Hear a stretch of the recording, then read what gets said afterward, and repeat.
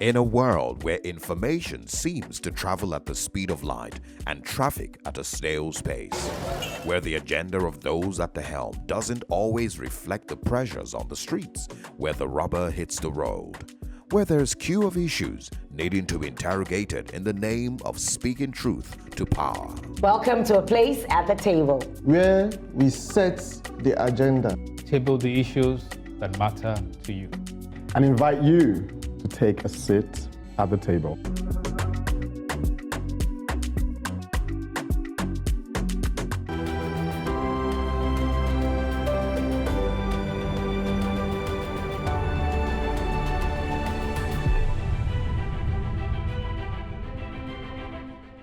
So somebody noticed me in school and called me. She asked me, why are you so lonely? Like, you don't interact with people, we just want to be by your side. So it was very difficult for me to open up to her, though. So I did finally. And the first question she asked was, is he your biological dad? And I said yes. So she said she was going to help me. So my story went from one place to another. Then I finally got to know about Dorothy Njemaze Foundation. So Dorothy came to my school one fateful day, and I told her about myself. I showed her the scars I got from my dad, and I also showed her the journal I wrote that include the dates of the day he raised me, and also what occurs, the biting, the insults, and when there's blood coming out from now. Right now, I'm proud of myself because most time if I want to say my story, deep down I'm crying, but I might not throw it out. But right now I feel like I can boldly say my story, and I don't care whatever people will say about it, because it's my story. I'd like to start by inviting to the stage the Group Treasury Manager, CFO, Nigeria PLC and Financial Expert, Mr. Yinka Ogunobi. Please put your hands together for him. He's a familiar face. You can see him right there on the banner, on a place at the table. He features regularly there. And I would like to invite next to the high table, or to the stage, my namesake, Human Design Systems Coach and Social Entrepreneur, Mr. Gbenga Ademujimi. Yes, thank you so much. Please, let's give him a round of applause. And up next is Social Entrepreneur, Child Teens Counselor and Parenting Coach, Kingsley Obom Ebulam. I'm so sorry for... I'll do better next time. Thank you. And next is said to be Africa's foremost fatherhood coach and a certified life practitioner. Please, let's put our hands together for Akinola Akinropo. And up next is the Honorable Commissioner for Youth and Social Development, Lagos State, and a male advocate, Mr. Bolaji Ogunlende. Thank you so much. I don't think it's in dispute that our society is very patriarchal. I don't think that's in dispute. I don't think that it's in dispute that in terms of the raw data, men are the perpetrators of gender-based violence.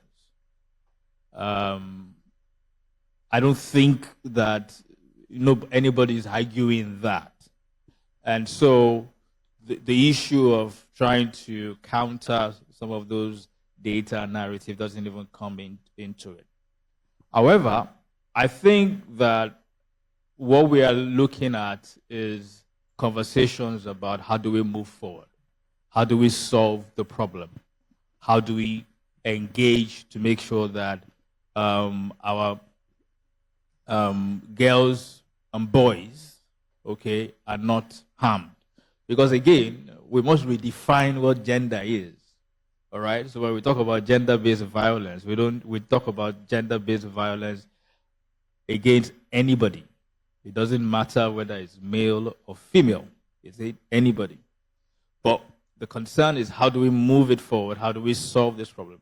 And in solving that problem, it's inevitable that men are a critical stakeholder in that conversation. And you can even argue, to some extent, that maybe we have not even moved forward long enough because a critical stakeholder has not been brought to the fore in that conversation. We spoke about a little bit about it during the X space conversation that we had on Tuesday. That some of the challenges you have, and it's not an excuse for gender-based violence, but it's just a reality, that sometimes in the way in which the messaging is framed, it is framed in such a way that men are seen as the perpetrator. And it is generalized in such a way that it makes the average man defensive. So when you say, when you say, that you men, all right, the very first defense in me is not me. So, Kingsley, I'm going to come to you first.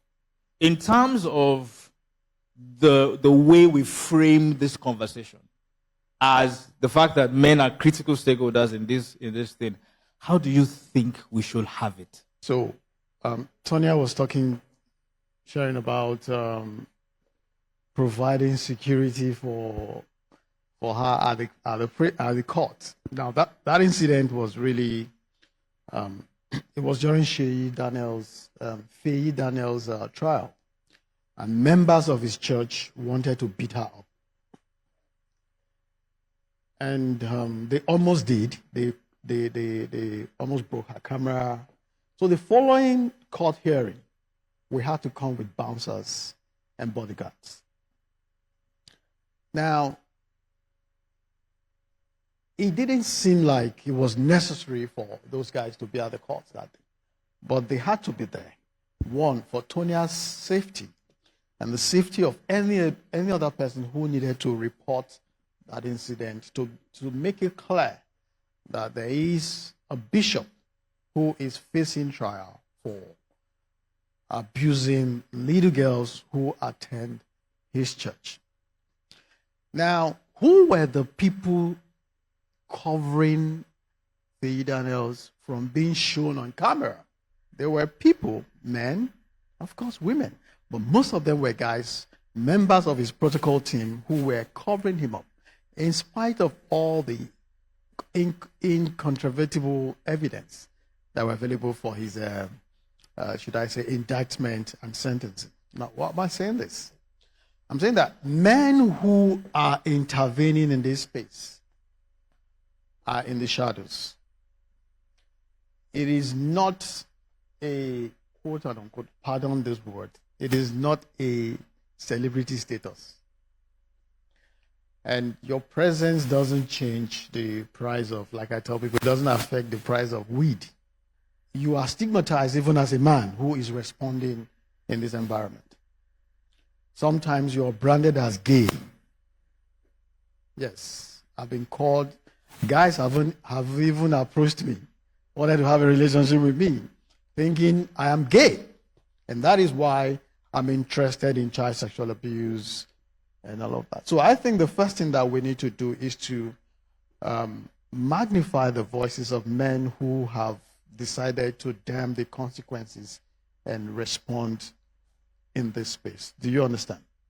That is one. Two, we need to also define the role of men within this space. What do we want men to do? Beyond creating a safe zone, beyond saying, I am the CEO of this space, and for that, you cannot abuse a woman here. Beyond that, what else? What role have we been able to define the roles that we want men to play? As fathers, do we have a definite role that we want fathers to play as far as preventing sexual and gender-based violence? Do you get it? I had this meeting for fathers, and the first thing somebody asked me said, so what about fathers of boys? And I said, this comparison will become a problem each time we want to intervene. Now, the reason I decided to intervene is because if a father can develop a healthy relationship with his daughter, you are achieving so much. First of all, you are building her capacity to make informed choices about her relationship. One, you're helping her avoid intimate partner violence based on the choices she makes. And that ultimately affects her brothers, if there are any. When we look at gender-based violence, I get, so when I look at certain, pieces of the data, I get to have this impression that the instances of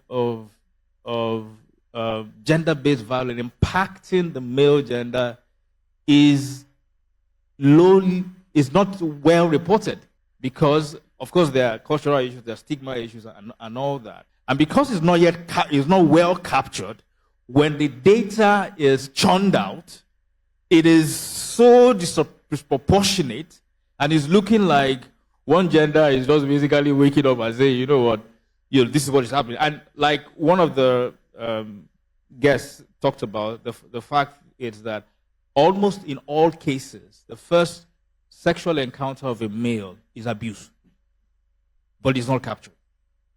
So, in going forward, do you think that if we really want to have this very serious conversation about this, we need to also confront the reality of inaccurate data? Where are the fathers? And the response will always be, even our wives will always defend us. They are looking for what to eat around. So something that happened, then I decided that, no, I'm going to shift this parenting stuff. I'm going to take it to the doorsteps of the fathers. So we started to engage in them. Just like Riley said, it's a cultural thing. They hardly report what happens. Then we need to change the narrative. How are we going to change that to have that? Something happened in 2017 in my home. Around 5 p.m., I wasn't around, just coming back. So my wife, already at home, in the kitchen with her daughter. And she now called my son, who was just 10 then, that please join us in the kitchen. And the guy responded, Mommy, no. Boys are not meant to be in the kitchen. The kitchen is meant for women. So my wife, called again. Did you say that? And the boy said, yes, because I've never seen my dad in the kitchen. So my wife called me. And you said I shouldn't be this boy. See what the guy said. I said, okay, don't worry. Let me come back. We'll sort this thing out. So by 7 p.m., I got home. I still met the guy watching TV. And the guy reported himself first. That I know mom is going to say this, but I've never seen you in the kitchen. And my wife told me this. I said the boy is right. He's never seen me in the kitchen. And I told the boy that at the early stage of our marriage, at least for the first 5 years, I was always in the kitchen. But now, job. But what we're going to do now, you and I will take over the kitchen. Start from going to the market. So fortunately for us, but unfortunately for him, it was during the rainy season. I stay in Nogba. We didn't go to retail market. We went to Agege, Abattoir. So we waded through the muddy area. The guy was smart, even at 10. Immediately we got there, the guy said, Daddy, can we buy everything in bulk so that we don't need to come back? I said, no. We're going to buy it every week. I want to give you experiential learning. So we did that for 6 weeks consecutively. Even the guy still told me that we can engage the Alabaru to help us. I said, no. We will carry everything by ourselves. So we got home. I told the guy, we need to cook. So it was later my husband said that I think the guy has learned enough, so let me take over. I said, no, we're still going to be doing it together. That marked the end of that narrative from the guy. Today, the guy is a good cook. So now, what I would have done, the way I was raised, trained, and nurtured, was to descend on the boy and beat him blue and black or whatever. Now, if I'd done that, it will probably change because he will not want me to beat him again. But guess what? The narrative continues. When he marries, The next thing would be, the only time I was in the kitchen was when my dad beat me, because I never saw my dad in the kitchen. So I gave him experiential learning. So now, concerning the figure, around May, the wives of army officers, they invited me about this gender-based violence. So when we got there, I was there with the data I have with me. You know, unfortunately now, so the data I had was so almost accurate with what the Nigerian army has. But the only way we have discrepancy was the men. The men were not really captured. And the lead team, the Rear Admiral Ademulegun, did say same thing again, that even in the army, that men hardly report the case. And so what I presented corroborated what the man said. The man said, once we begin to raise boys to be strong adults, not a strong adult with no emotions to cry. Within the masculinity stuff, there is blood, there is water, and there is always the element of emotions that when something happens to you, you need to report it. So the man said, when boys or men begin to report the cases, then the data will be effectively captured. Why did he say that? Because if we don't destroy, permit me to use that word for lack of better grammar, if you don't destroy that area of masculinity, that men don't cry, men don't shout, men don't do this, men don't do that, then the data will continue to be hidden and the problem will continue to escalate. All right, so yeah, you can clap. So the responsibility is on us to kill that stigma. Yes, sir. Essentially. All right, Benga. I want you to talk. There was something that Funke said, which I caught on to, that where is the outrage?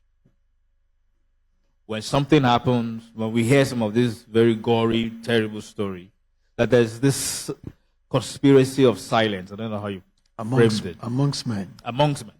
There's no outrage. And I think she's right. There's a sense almost that when you hear some of these things, you know, we, in our own small closets, we shake our heads and say, oh, terrible. I mean, Dorothy was telling me something this afternoon about the 2-year-old that was raped, and immediately my body, I told her, please stop. I don't want to hear. She said, no, Yinka, you must hear. But you see, where do we take it to? And I think that really, if men are outraged, as we should be, maybe we elevate this conversation. What do you think? Okay, thank you very much. So, the boy you refuse to raise as a king will eventually destroy the queen you raised. There is a difference between daddy and father.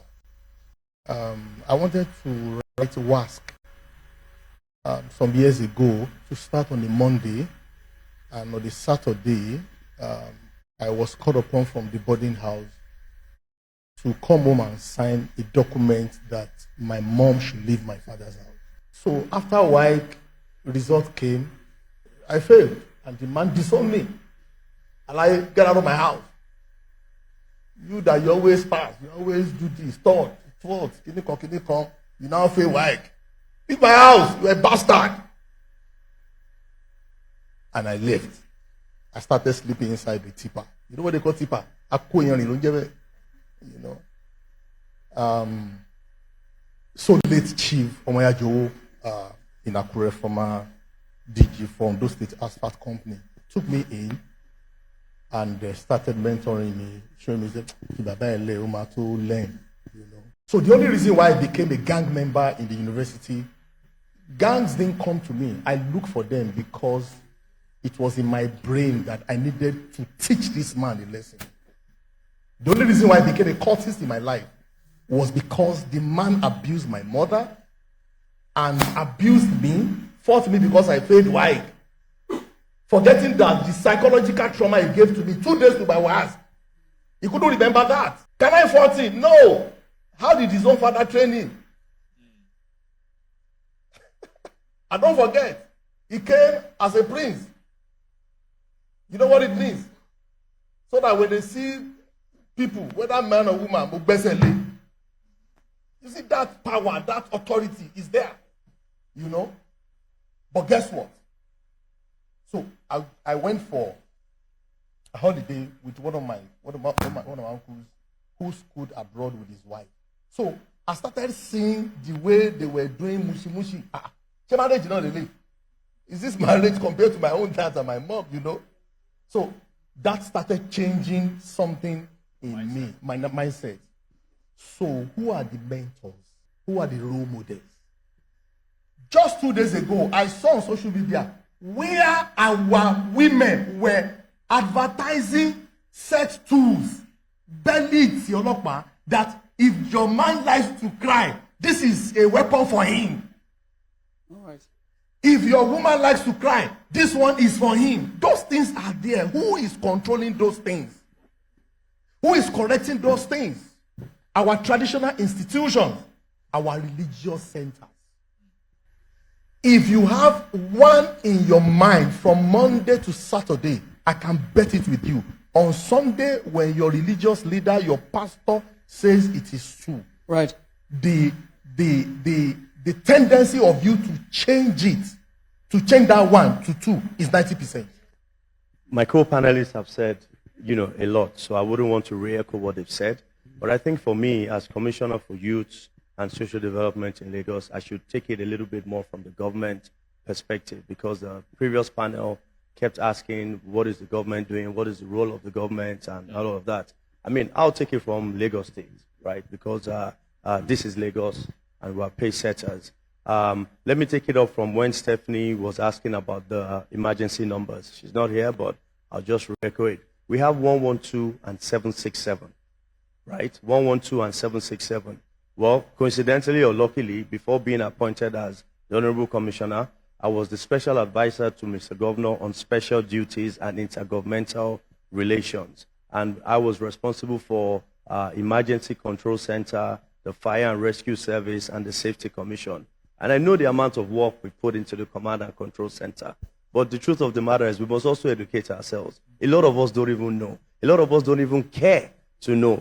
Why is this? There's this thing in the air, a disconnect between the people and the government. So people don't even want to even have that leap of faith in the government, right? So I think the first step for us as citizens is to at least have some sort of faith in the government. I know how many times people have called me to say, this emergency, and I direct them back. No, 112 or 767. But I do hear you in terms of a lot more advocacy could be done, because there's always room for improvement, but it's there and it is working, at least in Lagos.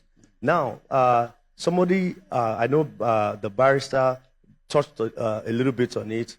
Someone had said again, if we can have an agency. We do have an agency in Lagos, DSBA. It's very big. We're doing a lot. We work together, the Ministry of Youth and Social Development and the Domestic Sexual Violence Agency. I mean, prior to being in the government, I had no idea of what CCR was, no idea of, a lot of worry and all of that. But in the last 2 years, I have been fully and actively involved, and we're doing a lot. And the number for the DSBA is 08000-333-333. So outside 112 and 767, there's the 08000-333-333, and the numbers do work. And we have a huge social media presence as well. So there's a lot of room for improvement, but it does work in Lagos. I can tell you that. And I'm not saying this because I am a government official. I am one of the few government officials that will put up his hand very quickly and say, the government cannot do it alone. Because when we even talk about the government, who is the government? We are the government. On paper. So we must work together as citizens and as a people to ensure that all of these things work. And I'll round it up by saying, the truth of the matter is a lot of men have grown up in a, for lack of better words, in a certain type of way, right? So if they have grown up in that certain type of way, how else can they, that's the only way they know to teach, their kids. For me, for example, the way I grew up, in my head, as a man, you must walk, you must do. I mean, you must fend, and in today's world, it's a different world. I'm dealing with a lot of youths between the ages of 15 to 35. It is completely different. That back in those days, I must do it this certain way. It's completely different. So we must also change with change. And that is the reality of today. But we must all, be intentional and be deliberate about it. But in Lagos works. I just have a bit of faith in us. Thank you very much. A round of applause, please, for the gentleman. Now, just before our next and final panel for the day, which will be on solutions, let's very quickly, we just need to play you just a little bit of snippet, but still on victim stories, survival, and just to share their narrative and why we're here.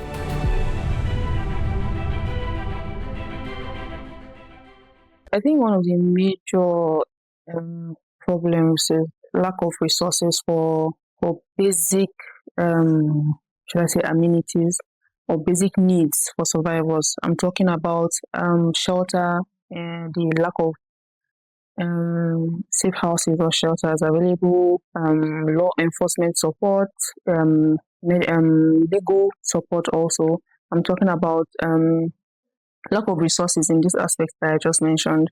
There are not enough safe houses available.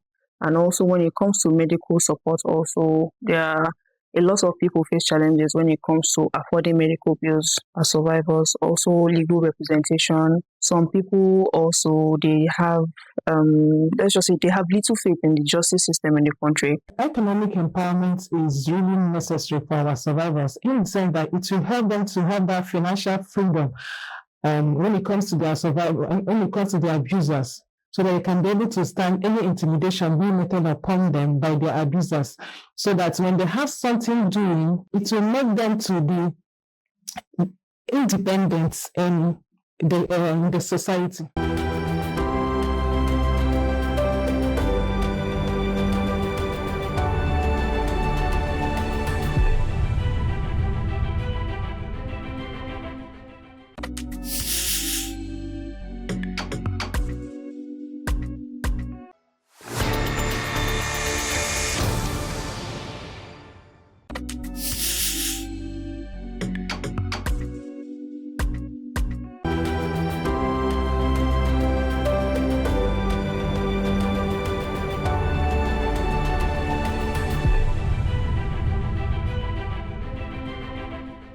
We've talked about the stories of victims. We've talked about the statistics. We've talked about the narrative. And we looked at male advocates.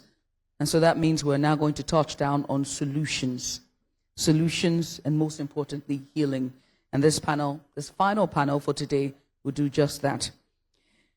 Now, we've got a cross-section of individuals who are at the forefront of advocacy solutions and turning the victims to survivors. What the response should be, what the healing should be, and most importantly, what justice would look like for survivors and victims. Without further ado, let me get started by welcoming the Lagos State Coordinator of Child Protection Network, Mrs. Ronke Oyekanki. Is she? Oyelanki, I beg your pardon, there was a Y there, forgive me. She comes on stage. Please, a round of applause. We can do better than that. A friend of the house, as a news central and also a consultant, psychiatrist, psychologist, and mental health advocate. Please help me welcome Dr. Bojubola Abiri. She joins us on the stage as well.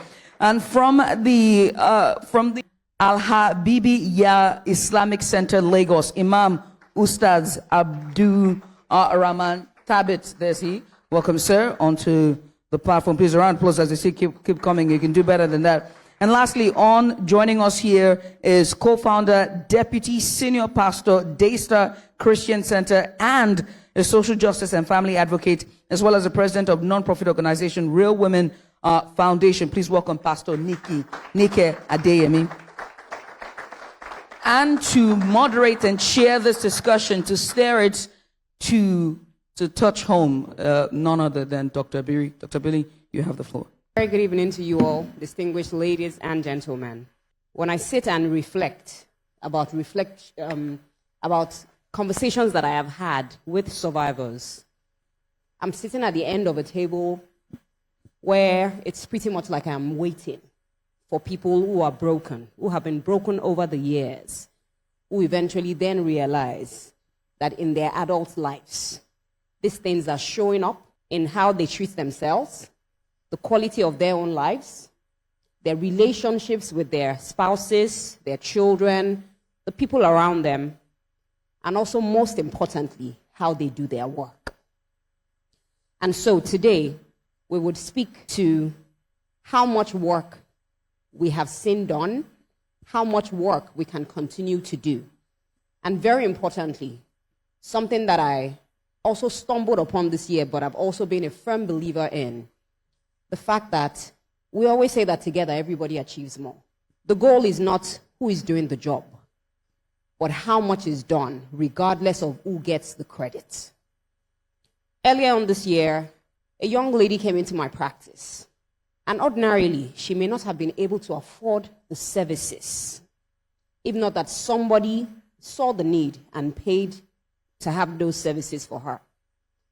And so imagine my heartbreak when this young girl started speaking, and the mother said, I don't know why she's here. I don't know what she wants to complain about.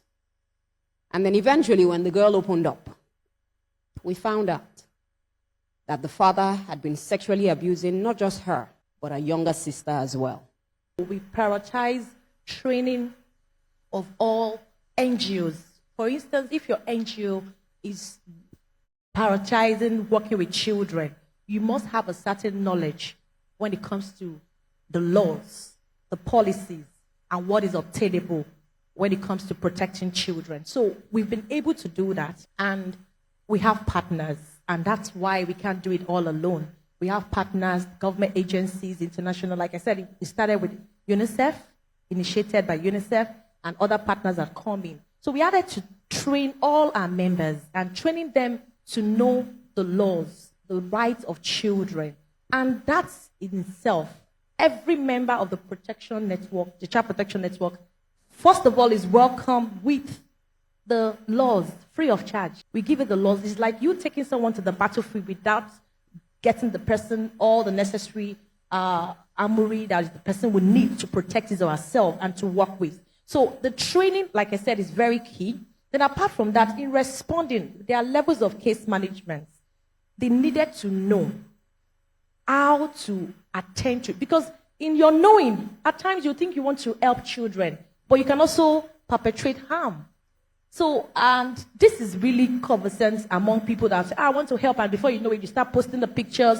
We don't do that because it's one of our code of ethics and our conduct as Child Protection Network members that you cannot share pictures of children.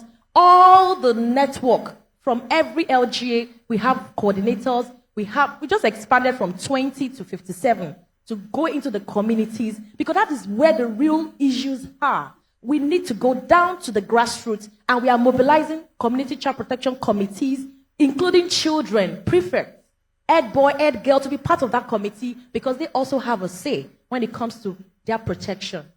Thank you so much, Ronke, for all the amazing work that you're doing. Sir, I will come to you. And, before I come to you, I would share this experience of a young man who is a substance abuse recovery coach, who told me a story many years ago about a young girl who he met who was abusing substances. And the parents could not understand how she had been abusing substances. It was later that this young man found out that the girl had been sent to a religious leader's home to get some tutelage, some knowledge, and this religious leader, who interestingly, by the way, plot twist, is female, sexually abused this young girl for so many years. First and foremost, I would like to put it in this way. One of the previous speakers said that we tend towards what the religious leader said than mostly anybody else. Even in secondary school, in this gathering now, we have like 4 or 5 head boys, head girls. They get this message than you and I. You and I, we believe, God forbid, we cannot get involved in those acts. But those people that they are vulnerable in our society, we are not saying much to them, especially in the case of prevention. Quite a lot of times, like Iz said, a lot of things are left to religious leaders. We all are part of a hush-hush society, but we have to keep speaking up.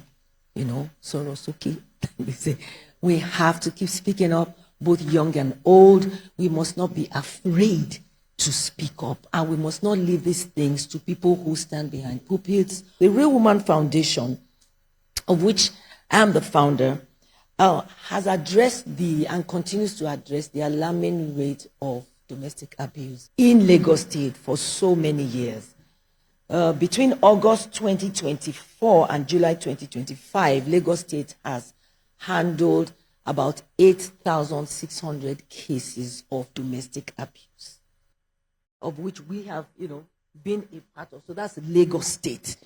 And Lagos State is doing a lot through the years. And in more recent years, they have really, really stepped up.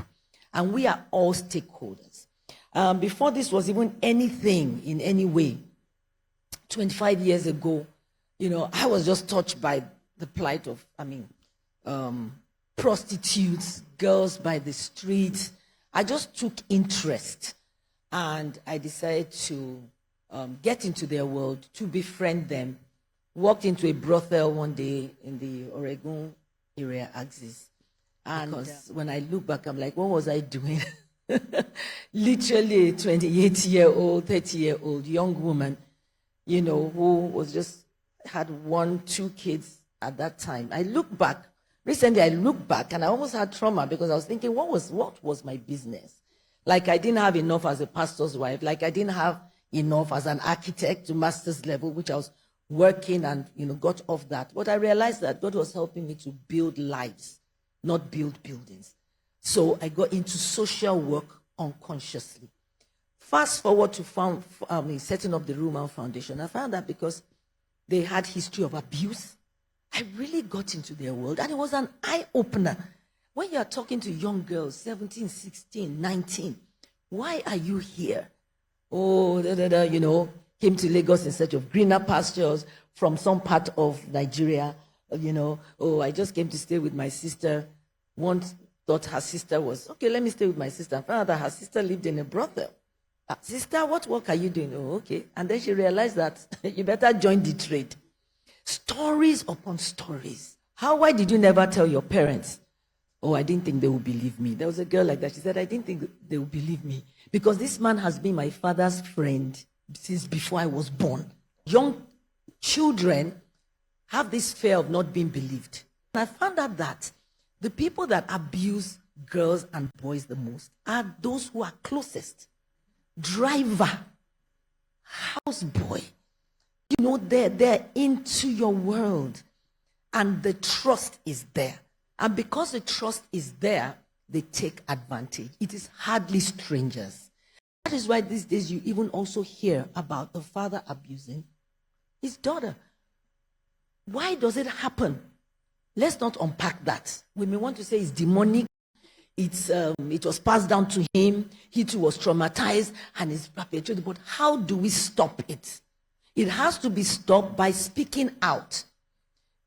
A woman who is married to such a man, you have to protect your child, your son or your daughter.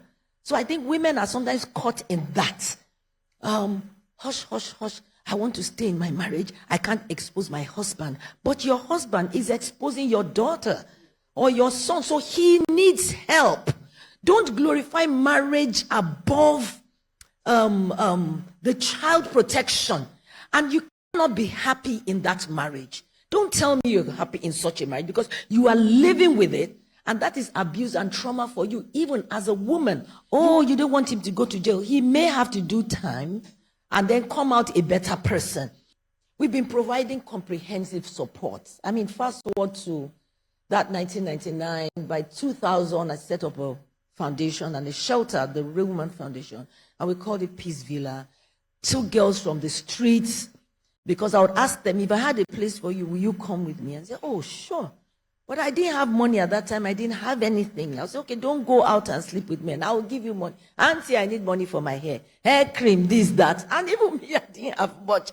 I got this idea that if I had a home, a shelter, we could take them in, get someone who could live with them, retrain them. And that's how we began to have trainings in New You, 6 weeks, 12 weeks, introduce them to trade, and just reintegrate them back into society.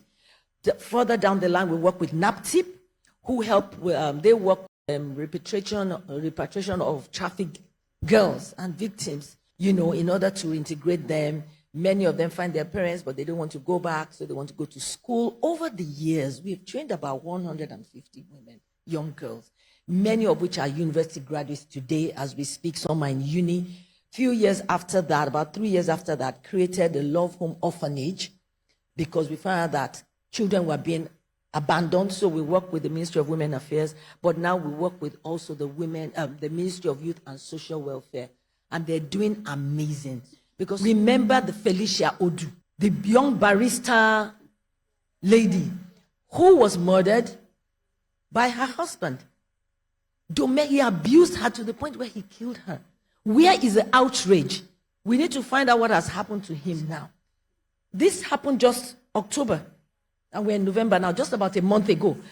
Has that died down because of the news? Because in Nigeria, it's back to back. And the 25 girls that have been abducted from Kebbi State right now, I am still saying, I use my social media platform to say, bring those girls back. And those girls are not necessarily Christians. They went to school. What was their crime? They went to boarding school. I went to boarding secondary school as well. Federal Government College, Oyo. And this is a government college as well. They went to school. They slept. And then they were abducted. And now we're still looking for them. So I'm calling on the state government because the state has failed them. The country has failed them. Everybody has failed them because where were the security guys manning that place? I heard that 30 minutes, they had gotten a tip off that this was going to happen in that school. And they got all the military and everything. I even heard that they were taking selfies with the girls like the day before or 2 days before. But 30 minutes before they struck. Some hours before. 30 minutes before the kidnappers struck, they left. So this was arranged. Yes. But in coming down to the church proper, yes. If any pastor abuses a girl, a boy, or anybody, they should be brought to book. Definitely. They should be reported. Yes. Thank you. They should be reported. Thank you. Thank you. Thank you so much. Male or female, mommy Gio or daddy Gio. They have to be reported. Yes. It's high time we stop being afraid of people, and we should protect children and human lives. Thank you so much. Thank you so much for lending your voice. So like I said, she has shown working. And while, she was reiterating, the outrage, in my mind, I'm thinking, this is supposed to be a healing panel. But of course, many times healing may not come until you have that fury, that anger inside of you, that longing, that want to become better. Of course, Ronke here just reliably informed me, as I am also aware, that it's now life imprisonment. So it's not... File a child, it's life imprisonment. The filing, yes. So yes. Lagos State is working. Yes. So I'll come back to you, Ronke. And you heard the story I said earlier on about the young girl who had come to me for therapy, mother unaware. And we found out that it was the father, yes, that had been abusing her. With your work as the Child Protection Network, what would you say is the greatest weapon that we can empower our children with? The information. And that's really deep. You have to start engaging your children as far as they can speak. Begin to show them, touch. This is your private part. Do not allow this. Good touch, bad touch. You have to educate them. The home is the first place of socialization, and you must engage them. Have that relationship. But when the home front is faulty, dysfunctional homes, what do we talk about? They learn from the school. They learn from their friends. So please engage the children. Build that relationship with them and give them the right age-appropriate information. 1, consequence must be strict and known to everybody. Once you know the consequence of your action, you will know that you have something to face if you fall into this temptation. The way somebody dresses should not be the reason why you lose your sanity. If that one is the issue, that means you have a problem, not the person. So for the healing to be holistic, it has to be everybody's concern, everybody's responsibility. The imam, the pastor, the father, the mother, the teacher, the children, and everybody in the society should be involved. Thank you. Thank you. And lastly, Pastor Nike, what is one vital tool for wholesome healing? I would say justice and therapy. Justice and therapy. To be seen, just like what he said. Justice must be meted out to the abuser, and then the abused must have therapy, thorough counseling, love-based, faith-based, just to say, we see you. We would just like to call on the managing director and the chief editor-in-chief for News Central Television. Mr. Kayode Akintemi, to please step up to the podium. He has a few words. First, I must say thank you to every single one of you who have showed up here today. Pastor Nika Adeyemi will not, I would want her to still stay for a few seconds. Every one of you that have stayed, I will say thank you very much for coming. The Commissioner of Police is actually around, so I think I will give him a minute to please join me here, because we're wrapping up as the Commissioner is coming. You have to come on live television straight away. Please let me welcome the Commissioner of Police is coming live to join the Commissioner of Police for Lagos State. Thank you so much, sir, for the opportunity, and I'm glad to be here with you. We are concerned with the need to engage the public on a regular basis, to let them know that there's any report about a girl child or a woman, gender violation generally. Yes. Because in most cases, people have not come to terms to know what is really gender. Because anywhere you write gender, somebody will tick a female or male. It's beyond that. It has to go with the less privileged, the people that are vulnerable in the society. So in my command, I met a very vibrant gender unit, and they have a spread across the state. This is a unit that are specially trained in handling gender issue. Even in the years back, when we joined this job, we used to have the JWC, the Juvenile and Women Center, where issues that have to do with women and children are being handled. And I want to impress it on the public, especially those who are here, that from time immemorial, our penal code and the criminal code, the penal code for the northern Nigeria and the penal code for the southern part of the country, there's a proviso, since we are in Lagos, in the criminal code, that have to do with failure to provide necessary. And that's the section that I think of necessity of life. If you as a husband or as a father are failing your responsibility to make necessary of life available to your family, such as food, shelter, and clothing, and that can now expose them to danger and other violation and risk, such a mother, that is your wife, had the right to report you at the nearest police station. But we have graduated from that to a lot of new inductions, rather the added provisions in the enabling act that protects the children and the women at large. To impress it on our officer, that gone are the days that you'll be saying, no, it's a woman, it's husband and wife issue. No, we have to pay particular attention, because most of the criminal matter actually stem from civil interaction.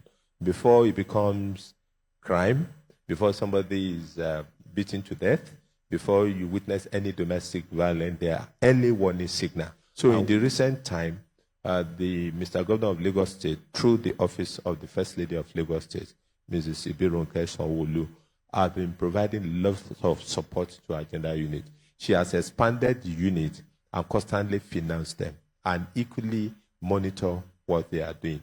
So in the next few weeks or months, she will be coming to my headquarters to commission that specially trained unit.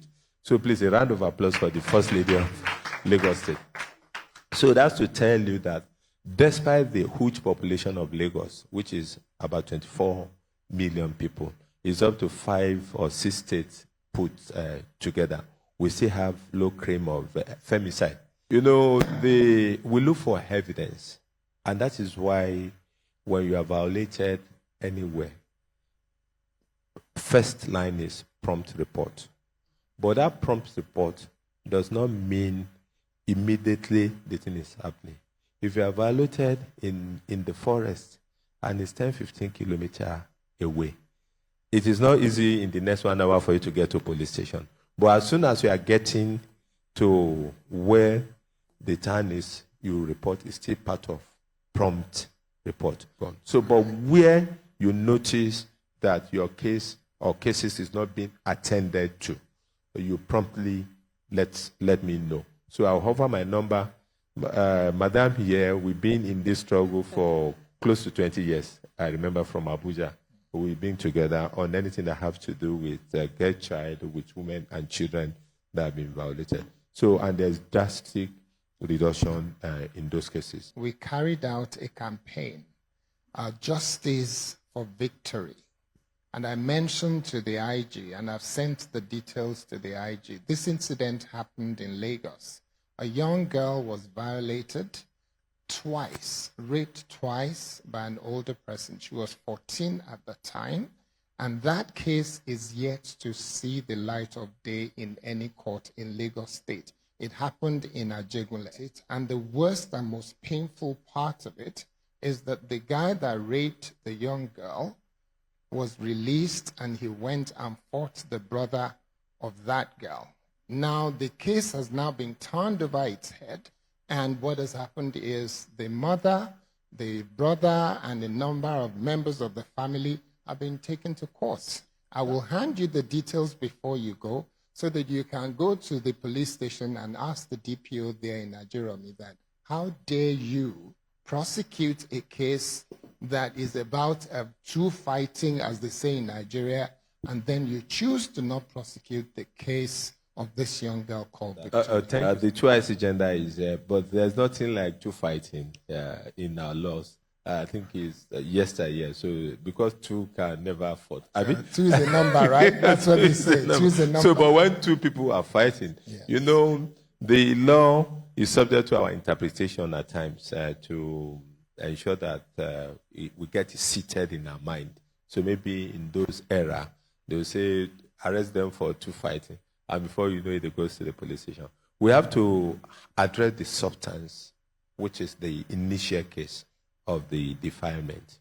I want to assure you that I'm just getting to know about this, but there's no time limit for which action should be taken. Thank you. Thank you. Thank you. So, but I'll get the detail from you. She will wait behind, take the fact of the matter, and we are going to make our finding public. We are equally going to know what is the stage of the present prosecution. If the case is not based on fact, on prima facie evidence, I want to assure you we are going to withdraw it back from court. Thank you. Then Thank and you deal very with much. the appropriate matter. Thank you. So on this note, I want to say thank you to all those who came for this, and I want to say thank you especially even to the commissioner who showed up late but has been able to contribute a lot to this conversation. Let me make it clear to you that there is a commitment on our side that this is the first of a series.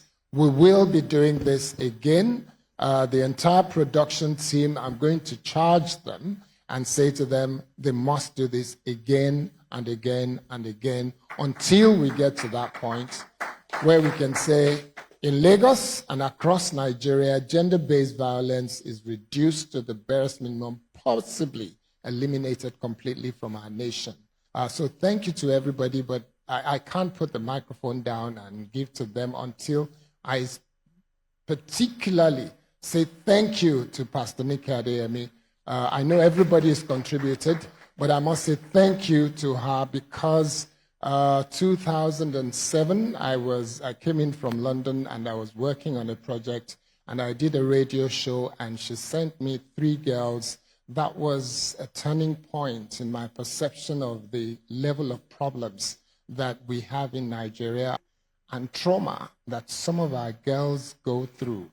And some of it happen at home. And their mothers are watching and not doing anything. And also the fathers. We all have, I'm a father, we all have a duty and responsibility to our children and to our family. Pastor Nick Adeyemi, thank you for the work that you're doing. We really appreciate. Please help me celebrate her. We really appreciate the work. It's fantastic when I watch, when I listen, and I know that she's doing this of her own strength and the grace of God that is upon her and her ministry. We pray that that grace continues. And so it's down to the producer, the lead producer, Ekene. Ekene, thank you very much for making this happen, and we're going to work to make more of this on a consistent basis. This conversation does not end here. So Gbenga and Judith, it's over to you. Thank you so much. Thank you so much. Please, can we put our hands together for our Managing Director, News Central Television, Mr. Kayode Akitemi. There you have it. Pretty much how we wrap up this town hall meeting. Many thanks to everyone who's been here with us all the way from 12 noon till this very minute. The conversations are important. These stories do matter, and more than ever, advocacy is the only way to push the boundaries when it comes to survivors, victims, and change in our society. My name is Judith at TV. And I'm Benga Bora. It was a pleasure doing this. Thank you so much. Goodbye. Those who are in this situation that I am, or the one that are similar to the situation currently, all I'll say is that don't give up on yourself and try to trust someone that can help you. Don't keep quiet on yourself. Just be like, you can do it. You can definitely do it the same way I can do it. You can also do it. Don't die in silence. There are lots of people out there that are willing to help. Don't keep quiet and don't look down on yourself. Be proud of yourself and be bold. Definitely you overcome it one day.